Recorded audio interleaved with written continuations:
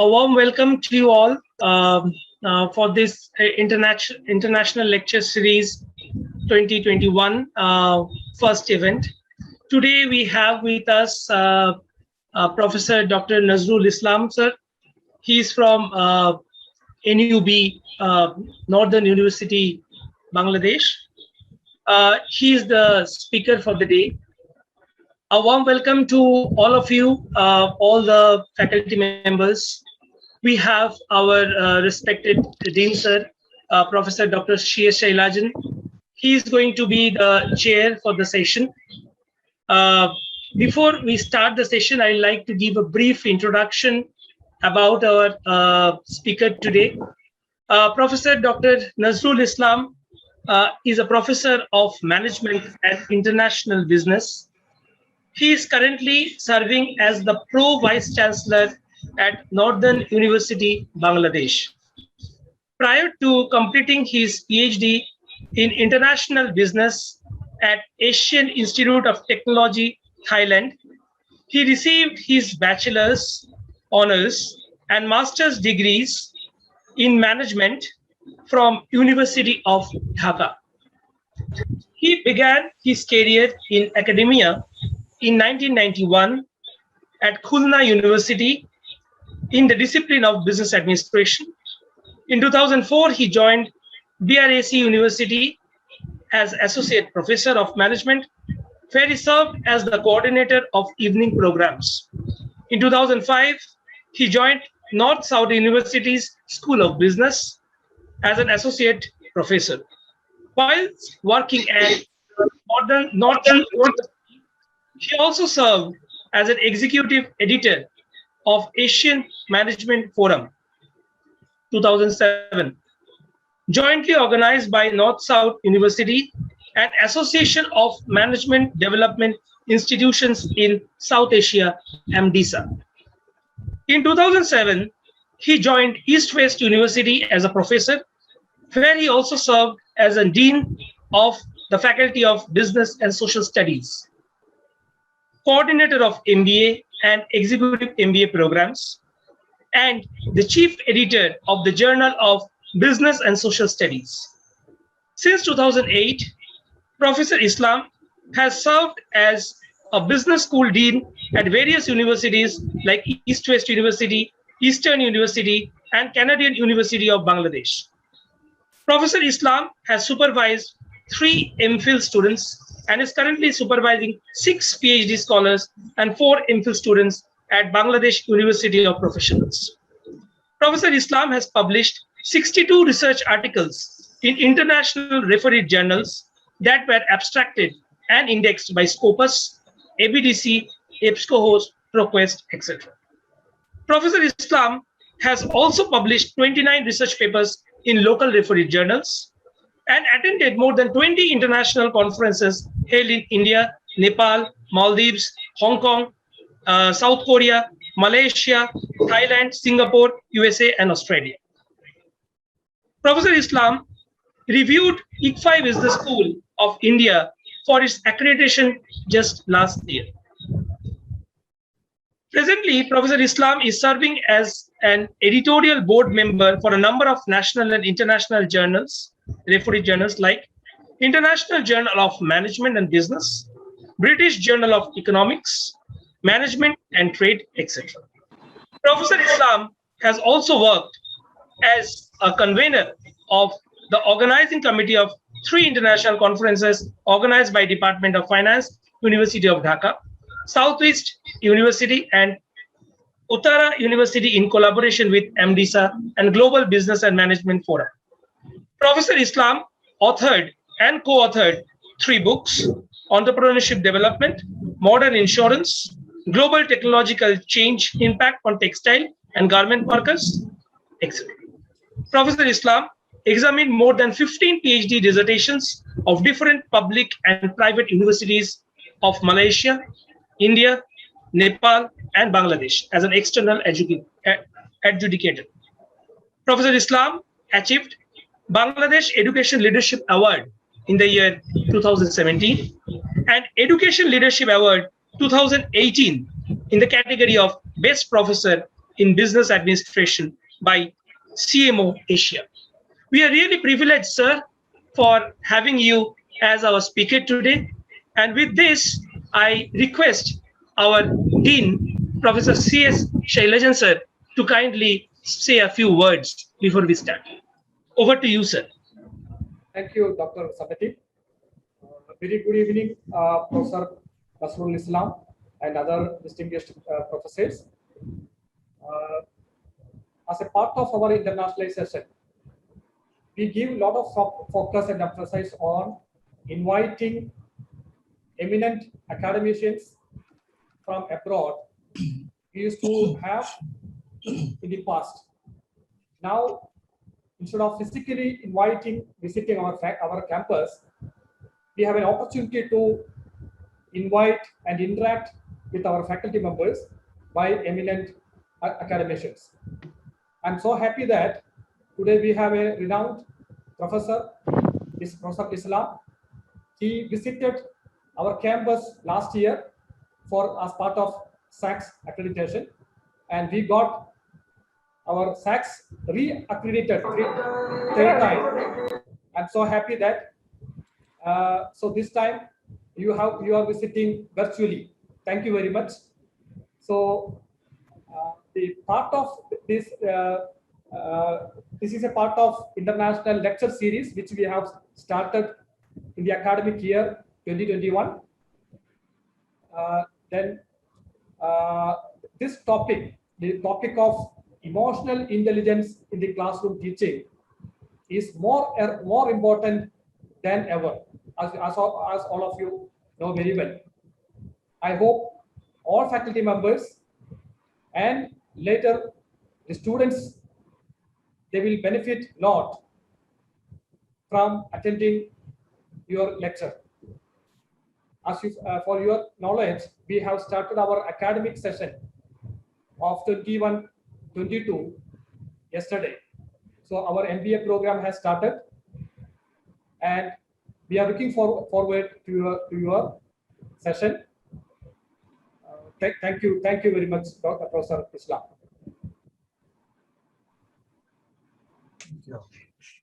I'd like to request Professor Dr. Nazrul Islam, sir, to kindly address all the people who are present here. It will be our really nice experience to hear from you. Thank you. Thank you, Dr. Soumyadip Chakraborty. Honorable Vice Chancellor, Professor J. Mahendra Reddy, ICFI Foundation for Higher Education, Hyderabad, India. Respected Dean Academics, Professor Dr. C.S. Shailajan, IBS Hyderabad, Dr. Soumyadip Chakraborty, Associate Professor and Area Coordinator, Department of Operations and IT, IBS, distinguished colleagues and participants, good evening to all of you. It is really an honor and privilege for me to welcome you to this international webinar on emotional intelligence in classroom teaching, which has been organized by IBS Hyderabad. I wish to extend my deep appreciation to the ICFI Foundation for Higher Education Authority for inviting me to share the thoughts of emotional intelligence in classroom teaching with the esteemed faculty members of IBS Hyderabad. I want to particularly thank the Dean Academics, Professor Dr. Nasrul Islam, Shailajan, for inviting me to this program. I am delighted to welcome all the distinguished colleagues and of Management Department and ICFI Business School who are attending this lecture on emotional intelligence and classroom teaching. I also thank and welcome other participants, IBS Hyderabad, who will share knowledge and experience with the faculty members and ensure an outcome that is grounded in the concrete realities of increasing the effectiveness in teaching learning process at the tertiary level of education. Dear colleagues, no aspect of education has been more investigated than that of teaching effectiveness in the world.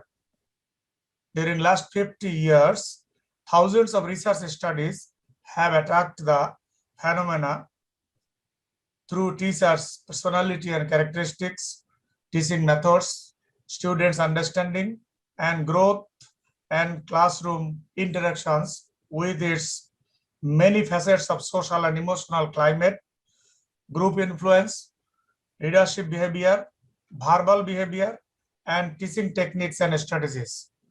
Hence, effectiveness in teaching and classroom efficiency is an important aspect of every teacher. Without the efficiency and effectiveness of teaching, a teacher cannot make the class outcome-based and cannot be accepted by the learners and students. Therefore, for making classroom teaching effective, I think emotional intelligence is also another aspect that we should understand and know and use when we teach in class.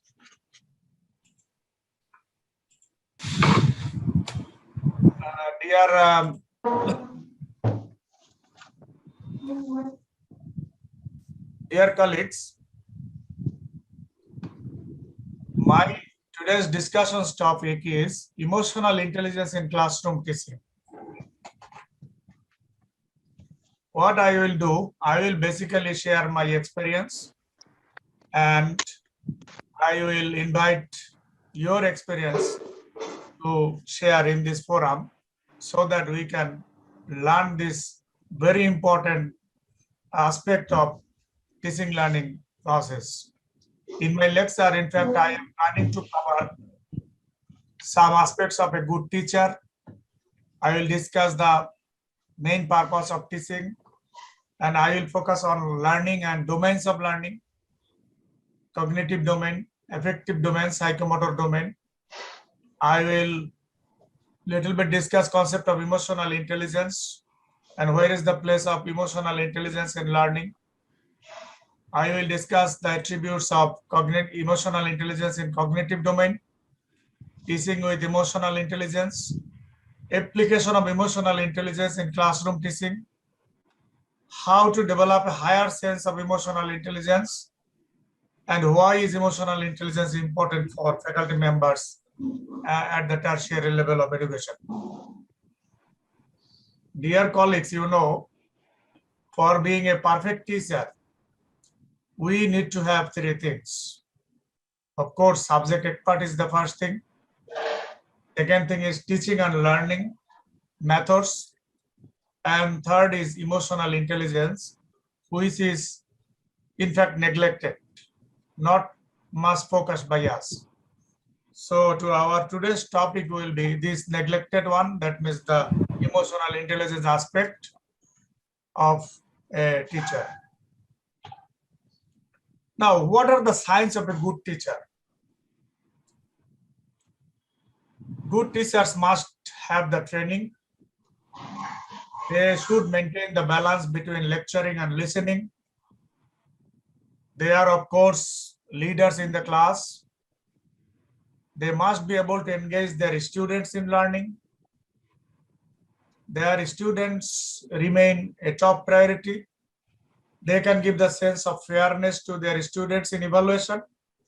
And of course, they let their passions through their lessons. And you know that the main purpose of teaching is to help or facilitate the learning process for the learners. And teaching should make learning better and faster. And we should facilitate this learning process through this teaching learning process.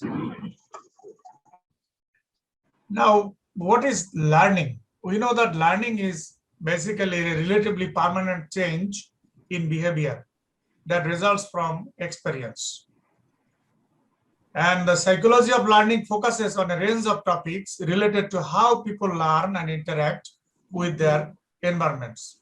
Psychologist John B. Watson suggested that all behaviors are a result of the learning process and identified three major types of behavioral learning, such as classical conditioning, that is natural response, then operant conditioning, that is reinforcement, and behavioral learning, that is through observation and imitation of others. So learning has three three domains. That means three types of learnings are occurred in classroom. Now let us see what are those three types of learning occurs in classroom. We popularly called, you know, that domains of learning: cognitive domain, that is thinking part; emotional development, that is feeling part; and behavioral development, that is the acting part. That means thinking, feeling, and doing, or acting. Now, if you look at the cognitive domain of learning, you will see that there are 6 areas identified by Benjamin Bloom, which is popularly known as Bloom's taxonomy. And all of you know what is Bloom's taxonomy. Just I am going to say a few words on this Bloom's taxonomy. In this taxonomy, there are a few 6 levels are identified: remembering to creating. Remembering means retrieving relevant knowledge from long-term memory. Understanding means determining the meaning of instructional messages, including oral, written, and graphic communication. Intellectual abilities and skills are required. And then comes applying, that means carrying out or using a procedure in a given situation. Then analyzing, breaking material into its constituent parts and detecting how the parts relate to one another and to an overall structure or purpose. And then comes evaluating, making judgments based on criteria and standards, and creating, putting elements together to form a novel, coherent whole or make an original product. Research shows that the first 3 should be more used at the primary and secondary level. That means remembering, understanding, and applying. And the last 4 is to be focused more at the tertiary level of education in teaching learning process, that is applying, analyzing, evaluating, and creating. Now, if you look at the affective domain of learning, you will see that there are 5 levels of this domain: receiving, responding, valuing, organizing, and characterizing. These all are concerned with the emotion of the learner. Receiving, for example, it is the lowest level of affective domain, the awareness of feelings and emotions of the learners. Then comes responding, that means actively participating in the learning process, not only aware of a stimulus, but also react or respond to it. Then comes valuing, ability to see the worth of something and express it. Then comes organizing, putting together different values, information, and ideas, then relate them to already held beliefs to bring it into an internally consistent philosophy. And the last one is characterizing, that is the highest level of affective domain. That means the act consistently according to internalized values. If we look at the psychomotor domain of learning, then we will see that there are 4 levels of this domain. Active mental attention of a physical event, that means the learner was a more experienced person. Then attempted copying of a physical behavior. At this level, learner is observed and given direction and feedback on performance by the teacher. Trying a specific physical activity over and over, that means the skill is repeated over and over. And finally, fine-tuning. That means the making minor adjustments in the physical activity in order to perfect it. The skill is perfected at this level. So these are 3 domains of learning. So now we shall see where is the place of emotional intelligence in these domains of learning. Emotional intelligence is in the affective domain of learning. It is the ability to identify, evaluate, control, and express one's emotions. The benefits of having emotional intelligence include increased self-awareness, stress management, higher motivation, more empathy, and compassion for others.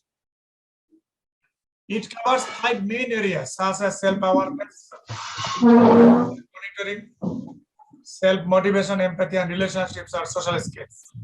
And it is, of course, important for good communication with others, and is therefore a gateway to better learning, friendships, academic success, and employment as well. Dear colleagues, now we shall just see what is emotional intelligence. Aristotle says that anybody can become angry. That is easy. But to be angry with the right person, and to the right degree, and at the right time, and for the right purpose, and in the right way, that is not within everybody's power and is not easy. That means emotional intelligence. You, dear colleagues, you know that Daniel Goleman, who is the pioneer who popularized this term, emotional intelligence, he said that we are being judged by new yardstick, not just how smart we are or by our training and expertise, but also how well we handle ourselves and each other. Now, some important quotes of Daniel Goleman. He said that in a very real sense, we have two minds, one that thinks and one that feels. So this emotional intelligence is concerned with feeling. Emotional brain responds to an event more quickly than the thinking brain. Life is a comedy for those who think and a tragedy for those who feel. Feelings are self-justifying with a set of perceptions and proofs all their own. Out of control emotions can make smart people stupid. People tend to become more emotional intelligent as they age and mature. IQ intelligence quotient is the strongest predictor of which field you can get into and hold a job in, whether you can be an accountant or lawyer or a nurse, for example. But emotional intelligence can help us to go to the top of the success ladder. So the emotional intelligence is more important in success. Now, emotional intelligence, this idea appeared in psychology in 1960s. And first empirical study on emotional intelligence by Peter Salovey and John Mayer in early 1990s. And originally conceived as a set of skills, abilities to understand own and others' emotions. Daniel Goleman, that I mentioned, made this concept popular in 1995 and heavily applied especially at the tertiary level of education. Emotional intelligence assists knowing one's internal states, preferences, so resources and intuitions. Goleman viewed emotional intelligence as a driver for leadership performance. That means emotional intelligence is also very important for effective leadership. Now, as I mentioned that there are 5 attributes of emotional intelligence: self-awareness, self-regulation or management or monitoring, self-motivation, empathy, and social skill. Now I will discuss these 6 attributes of emotional intelligence, and these attributes are in the cognitive domain of learning.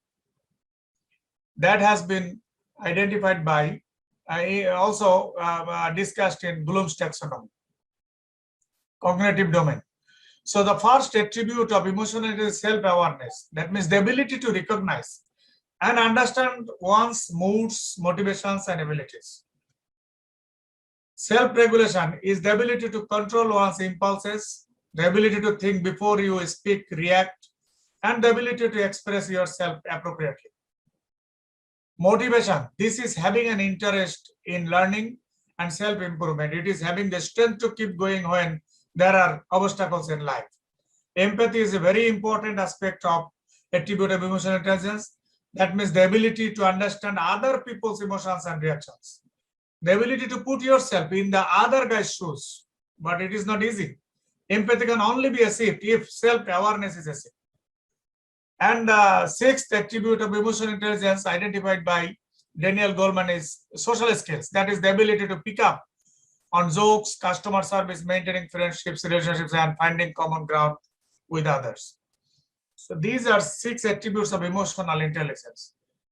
Now we shall discuss little bit more in detail how this emotion and self-awareness is connected. As you know, that emotions are complex psychological state that involves three distinct components: subjective experience, psychological response, and behavioral or expressive response. And life is an emotional experience, so assessing it is very, very important for everybody. And research shows that there are more than 3,000 words that describe emotions. And among these 3,000 words, 1,051 words describe positive emotions and 2,086 describe negative emotions. Emotions are active signals, has hidden messages, and all emotions are a call for action. Emotional self-awareness is the ability to understand your own emotions and their effects on your performance. And first and most significant step of becoming emotionally intelligent. Knowing thyself, recognizing own emotion, thoughts and values, and understand how it impacts us, our performance, and impact others. You sense how others see you and so align your self-image with a larger reality. So high self-awareness equals high self-confidence. Now, emotion and self-regulation. Your ability to control or redirect disruptive emotions or moods. That ability is self-regulation that assists managers to practice think before act. Individuals with high self-regulation are considered trustworthy, work with integrity, and take up challenges comfortably. The emotional regulation disorder is often manifested by symptoms such as sudden and unexplained anger outbursts that get displaced to someone who did not cause any harm. So you are always responsible for how you act, no matter how you feel. Emotional self-motivation. Self-motivation, that is a force that keeps pushing us to go on. It's our internal drive to achieve, produce, develop, and keep moving forward. And it includes our personal drive to improve and achieve, commitment to our goals, initiative, or readiness to act on opportunities, and using self-control to channel emotions toward the achievement of goal. And it is a passion to work for reasons that go beyond money or status. Pursue goals with energy and persistence, optimism even in the face of failure, and hopeful and find something good. Now, emotion and empathy. Empathy is seeing with the eyes of another, listening with the ears of another, and feeling with the heart of another. Emotional empathy is when you quite literally feel the other person's emotions alongside them, as if you had caught the emotions. Understanding the emotional perspective of other people, that is empathy. Now you know that there is a little difference between empathy and sympathy. Empathy, we already know that sympathy basically is feeling pity for others, and empathy is understanding the feelings of another. For example, sympathy, I am sorry that happened to you. Empathy, I see your pain and I understand. Now, if you go a little depth of empathy, then you will see that there are three types of empathy: affective empathy, somatic empathy, and cognitive empathy. Affective empathy, the ability to understand another person's emotions and respond appropriately. And such emotional understanding may lead to someone feeling concerned for another person's well-being, or it may lead to feelings of personal distress. Somatic empathy involves having a sort of physical reaction in response to what someone else is experiencing. People sometimes physically experience what another person is feeling. When you see someone else feeling embarrassed, for example, you might start to blush or have an upset stomach. And the third one is the cognitive empathy, involves being able to understand another person's mental state. and what they might be thinking in response to the situation. This is basically related to what psychologists refer to as theory of mind, or thinking about what other people are thinking. Now, emotion and social skill.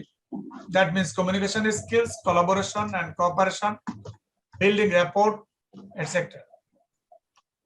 It is concerned with being able to interact well with others, ability to manage relationships and build bonds with others, ability to find common ground and build rapport, ability to resolve conflict, expertise in leading others and effective in leading change.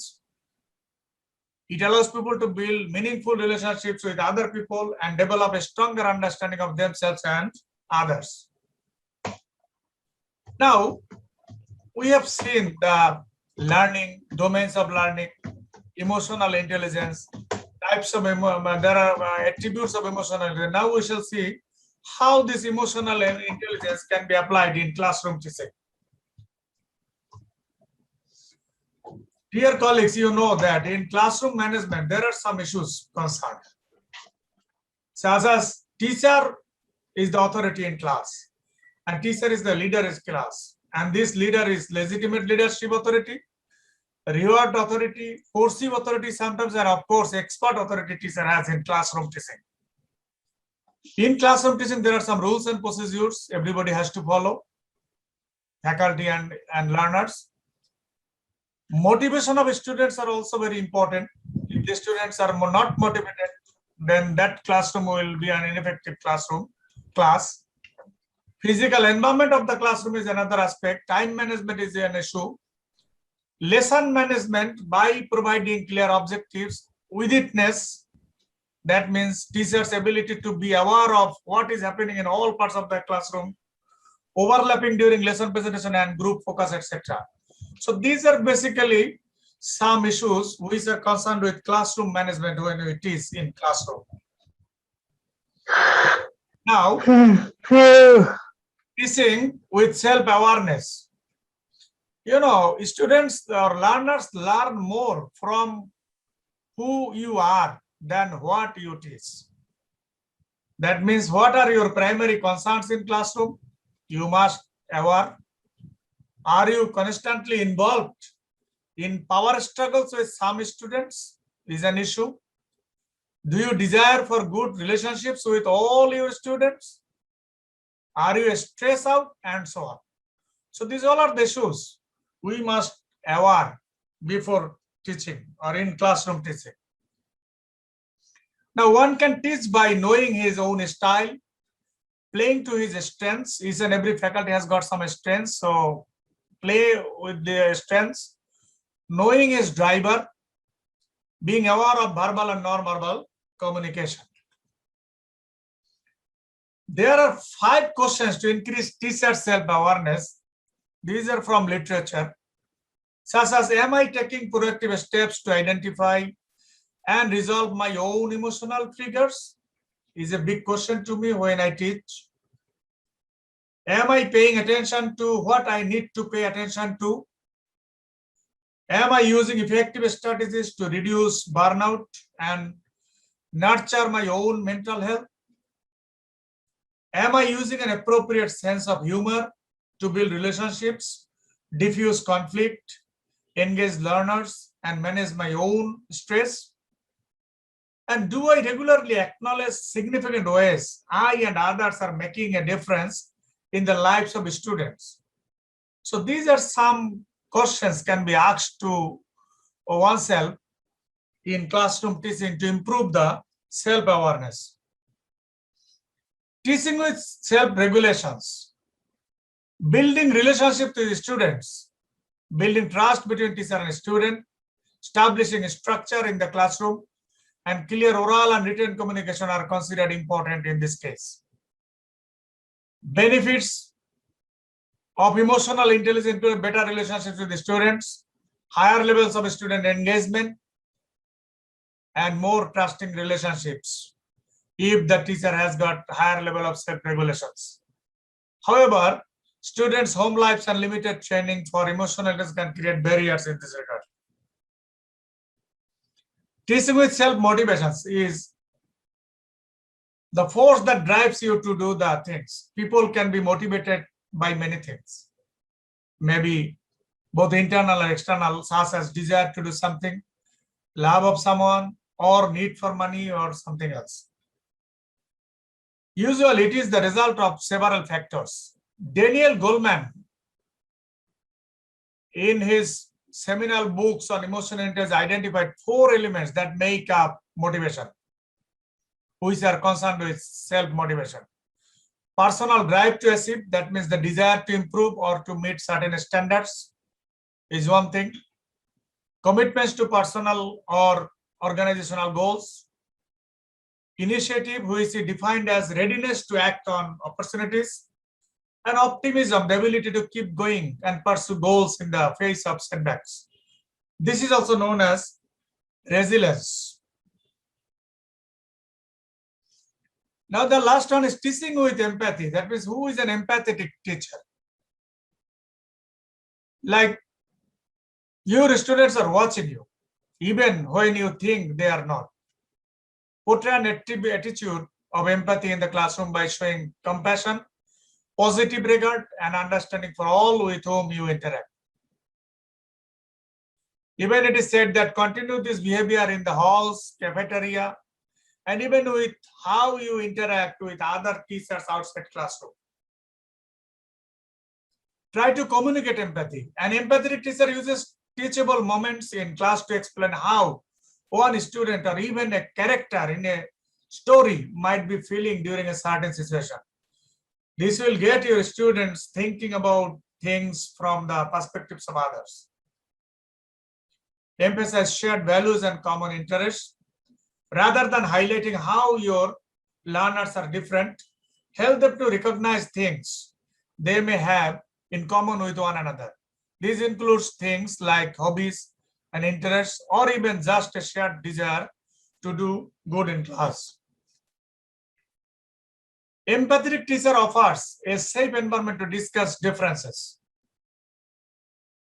He gives students ample opportunity to respectfully discuss their differences within the context of classroom discussions, allows students to recognize that having differences is not bad, but it leads them toward a healthy respect for the opinions and perspectives of others.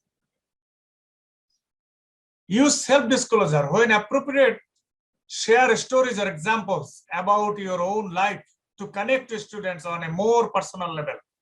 An empathetic teacher is, after all, a human one. Create opportunities for collaboration. Another issue which is concerned with empathetic teacher, whether through group projects or teams during games, allow students to work together and force bonds through their motivation to win or lose in an activity. Now, teaching with social skills, social intelligence, the ability to successfully build relationships with others, navigate social environments. Daniel Goleman identified 9 ways you can improve your social intelligence. First one is the proto conversion. That means social awareness and social facility. Know how to have smooth and effective interactions with others. Your social triggers is another one. Think of a time when you felt drained and defeated after an interaction. Your secure base, this is a place, ritual or activity that helps us process emotions and occurrences. Broken bonds, that means lack of empathy. Positively infectious, when someone smiles at us, of course, it's hard not to smile back. Adapt to adapt. Sometimes you should let yourself adapt their emotions. Put yourself exactly where they are. That is also needed sometimes. Beware the dark triad. Dark triad of people are the egoistic personality, the Machiavellianism personality, and the psychopath or antisocial personality.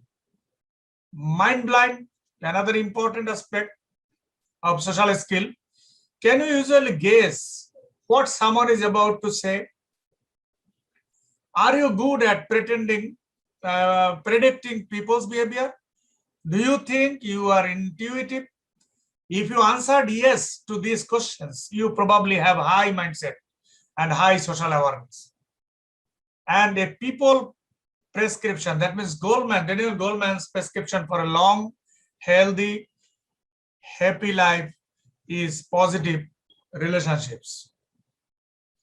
Now, based on these literal discussions we made so far, we can say that emotional intelligence is important in classroom teaching, because teaching requires constant interactions with the students and hence a continuous interplay of emotions. And it is now recognized that emotions serve as a powerful vehicle for enhancing or inhibiting learning. Negative emotions can reduce working memory, the memory system used for holding and manipulating information, while various mental tasks are carried out. And effective and successful teachers are mainly those who can handle these negative feelings in a healthy way or convert these negative feelings into positive way. Now, who is a good teacher or who is an effective teacher? Research shows that good teaching is 1/4, which is related to preparation, and 3/4 is related to theater, classroom. Great teachers emphasize with kids, respect them, and believe that each one has something special that can be built upon.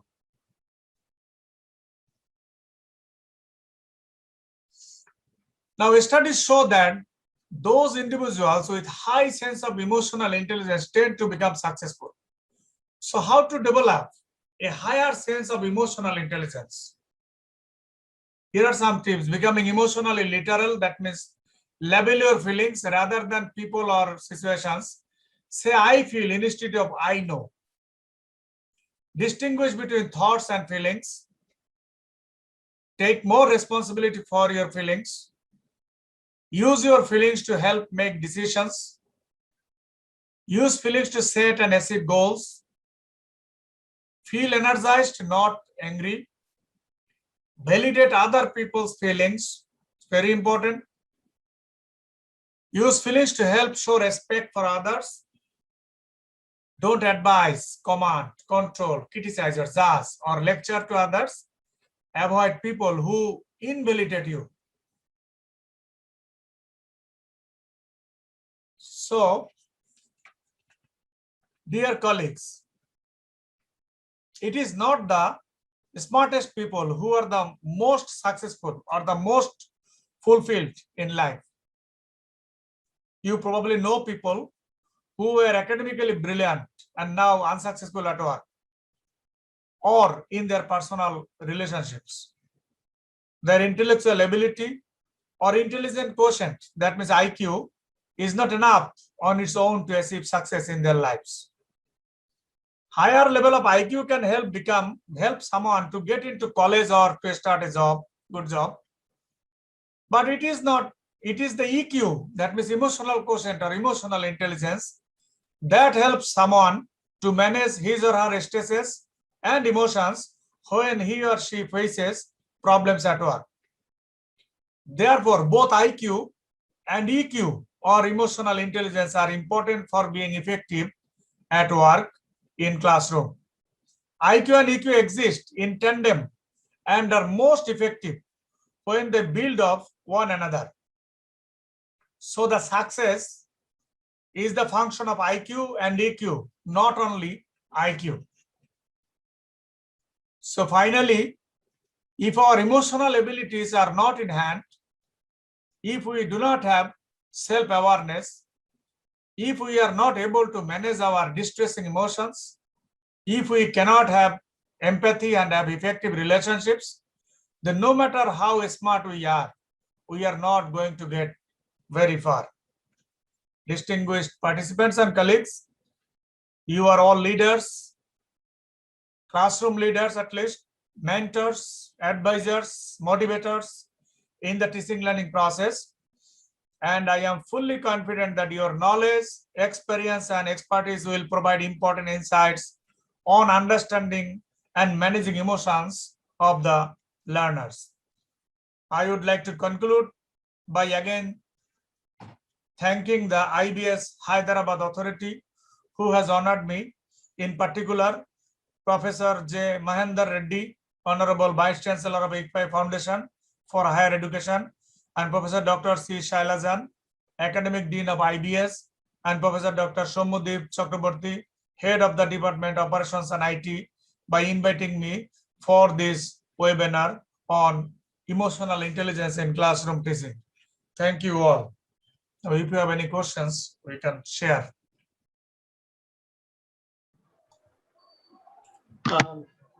Thank you, sir. It was really a very engrossing session with you. We have a couple of questions which are asked in the chat box. There's a question which mentions that, shall I tell you, sir, the question? Yeah, sure. As a group, do teachers have high or low EI? As a group, do teachers have high or low EI? As a group, teachers, you know, Yes. emotional intelligence is perceived from the individual point of view, not from group point of view. This is from individual point of view. We are talking emotional intelligence, attributes of emotional intelligence from individual perspective, an individual's attribute, not a group. But the teacher has, if the teacher has got this knowledge, if the teacher can understand the individual students in class and their emotional intelligence level or emotions, then he can manage better his class. Sir, I think they've added that they're asking teachers in general. They have just now added on the chat box. They're asking for teachers in general. Might not be as a group, as an individual in general. Yeah, I said that, yeah, it is, you know, emotional intelligence of group. I don't have much idea because this is from the individual point of view. Thank you, sir. Thank you. If anybody else has got any questions, please feel free to ask it. Okay, we have one question from Professor Srinivasachari. He asked that, will people through some, will you please throw some light on the difference between feelings and thought from the classroom point of view? Feelings and thought. That's a good question. Feeling is exactly from the emotion. It is exactly connected with emotion, and thought is not only connected with emotion, it is also connected with knowledge. That is the cognitive part, cognitive domain, knowledge, thinking part. So thought is first, feeling is next. Thank you, sir. Thank you. Sir, we have one question from Dr. Surjit Kumar Kaur. He has written that emotional intelligence and emotional quotient EQ, how to differentiate and which one is effective given the emotional turmoil almost everyone is facing due to COVID. IQ and EQ? Yes, EQ and EI. Yeah, these are there is not much difference between these two. EI, or in other words, it is called EQ. But there are differences between IQ and EQ. For example, regarding IQ, say, for example, somebody is at the age of 10 years and he is in class 5. But he understands the books and the curriculum of class 8. That means he understands his mental standard is at the age of 13. That means 8, 5, 6, 7, 8. So if you calculate this emotional intelligence of this guy, then it will be 130, 13 divided by 10 multiplied by 100. That means, IQ. This person's IQ will be 130. If the student who is in class 5 and having 10 years age, and it is the usual age to study at class 5, but that student understands the curriculum, books, and everything is understanding level, mental growth and level is at the class 8. 6, 7, 8, that means 13 years equal, then his IQ is 130, 130, 130. And you know, average IQ of the human being of the world is 85 to 150. Even in our class, we see the students, there are students who are below 100 IQ, 85. There are students in our class who have IQ level higher than 100. That means 115, 85 to 115. So there are some students who, for them, we need to repeat because their IQ level is below 100. But there are students who will feel bored when we repeat, who are more than 100. So this is IQ level. But you know, this research shows that the success depends on not only on IQ, it depends on EQ, emotional quotient or emotional intelligence. IQ can help someone to get a job, to start something good, but to become successful, he or she needs self-awareness, needs self-regulation, motivation, empathy, and social skill. Otherwise, he or she will not be able to go to the top of the success ladder. It's very difficult. That has been identified and through research by Daniel Goleman in 1995. Thank you, sir. Thank you. Sir, there was a second part to the question which was asking that whether EI and EQ, I mean, which one is more effective within the current COVID scenario where people are in a very turmoil situation? No, EQ is needed everywhere. EI or EQ is needed everywhere. You know, emotional intelligence is basically concerned with the knowing the feelings of others, emotions of others. So if we understand that, yes, if I do not wear mask, then other people might be affected by me. But can I think from his position, how he is thinking if I am not wearing the mask? So in this COVID situation, emotional intelligence is highly important. We must consider this. Thank you, sir. Thank you. Sir, we have a question which mentions that can we assume that higher the EI, better is the teacher? Is it true? Higher the EI, greater. Yeah. EI is concerned with success. Yes. Okay. EI is connected, positively correlated with success or effectiveness of teaching, if a teacher. So a teacher with higher EI may be considered. Yeah. That is why this topic is a popular topic and people are discussing this topic. Thank you, sir. So we have discussed, you know, we raised from the literature, you see. Well, there are many issues who we do not address in our class. We just one-way traffic, we just tell them and give them order, and we do not try to understand from their position. We don't try to understand from the students' position. That is why problems are created. Thank you, sir. Sir, can we take a couple of more questions? Yes, we have a couple of more questions, sir. Thank you. Sir, we have a question from... don't ask me all the questions. There are experts here, I know. No, just a couple of more. That's it, 2 questions. I just wanted to share this concept with these colleagues, and I also want to hear from these distinguished colleagues of ICFAI Business School. Right, sir. Right, sir. So actually, we can take it as a discussion itself. It is asked by Professor Radhamohan. Professor Radhamohan has asked that recently there is an emerging consciousness on social intelligence more than emotional intelligence among corporates. What is your take on that? Social emotional, can you please repeat? Yes, sir. There is an emerging consciousness on social intelligence more than emotional intelligence among corporates. What do you say? I mean, what is your take on that?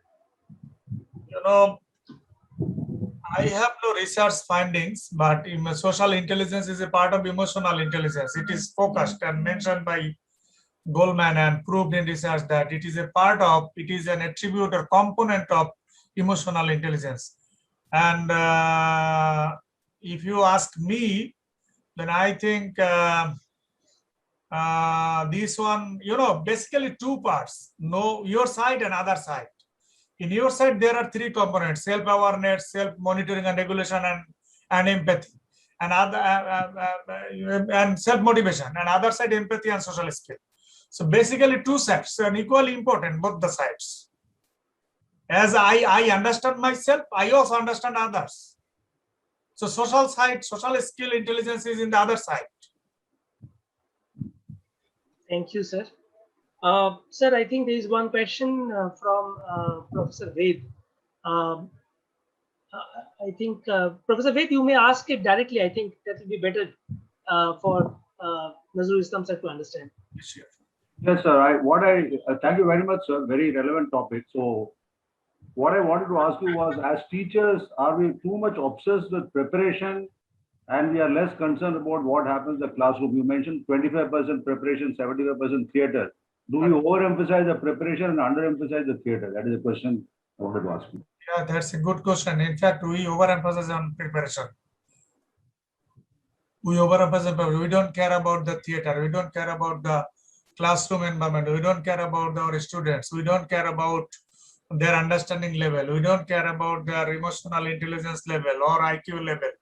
We don't care. In fact, we rather, we are the experts. We believe and we feel that what we know, others do not know. So in one way, just one way, we keep on saying and instructing and saying. You are very correct, sir. Very correct. So, And would you also agree that this problem is more acute for teachers because nobody tells them directly there's a problem, whereas in other environments people give you feedback that you need to improve, but in the academic world there's no feedback. We think we are great because students cannot tell us anything directly. So the absence of feedback, does it hamper the development of emotion?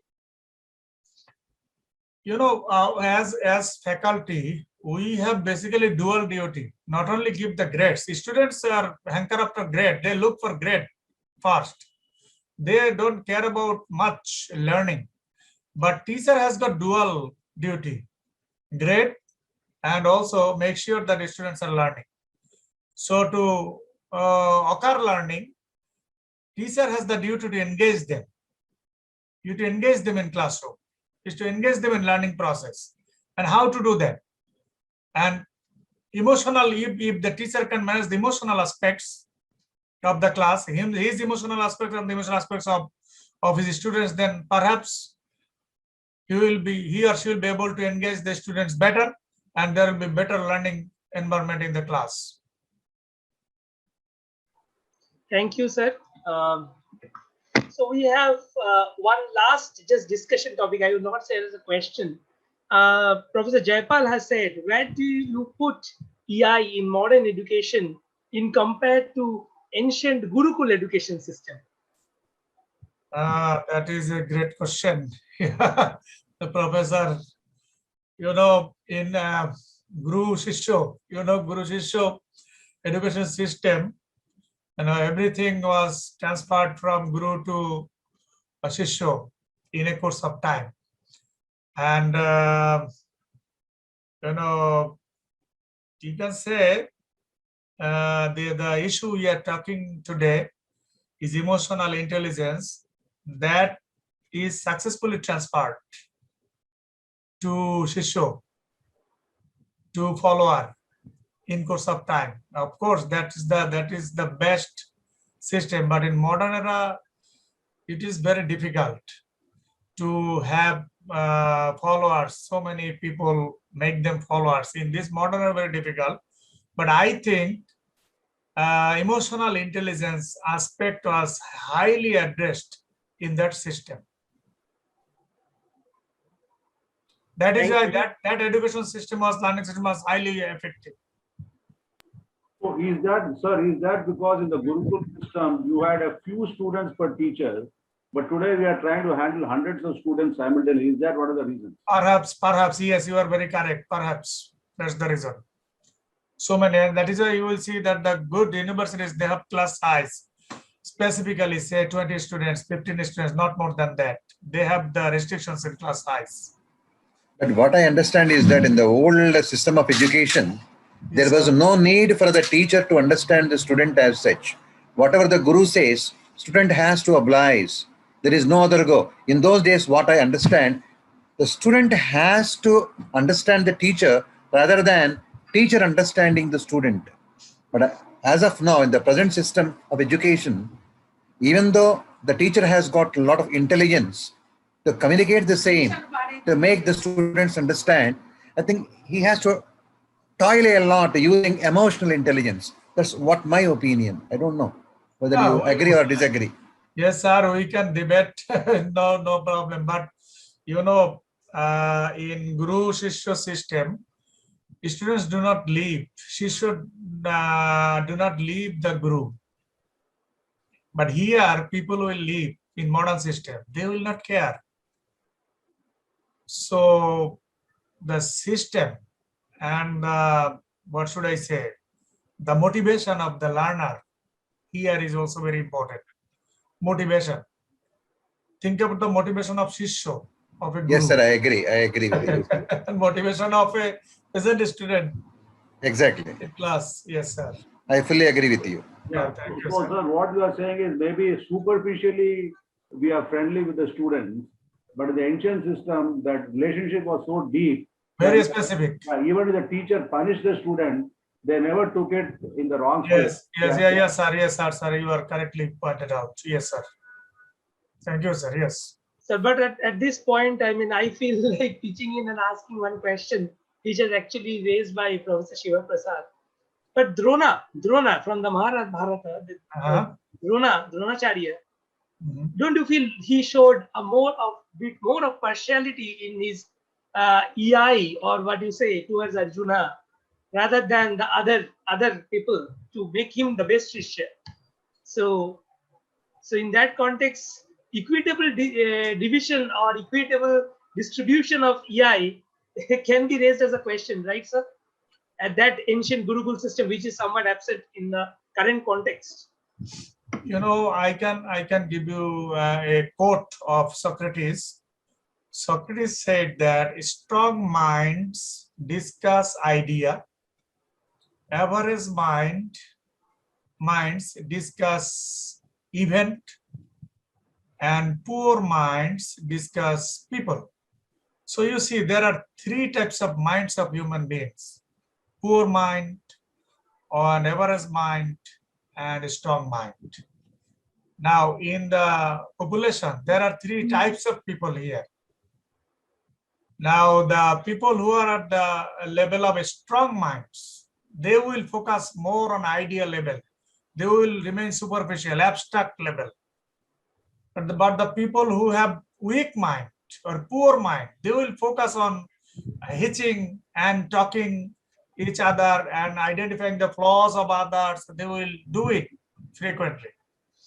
And average mind people will try to discuss about the events, not even better than poor mind.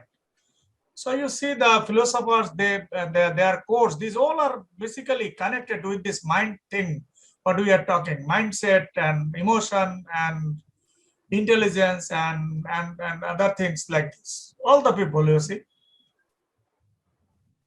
So Thank this you. is a vast area, you know, when in this era, we must give importance on this aspect to be more perfect, to teach in classroom and to be efficient in 360-degree level efficiency, to have 360-degree level efficiency, not only 90-degree or 180-degree. Thank you, sir. Thank you. I think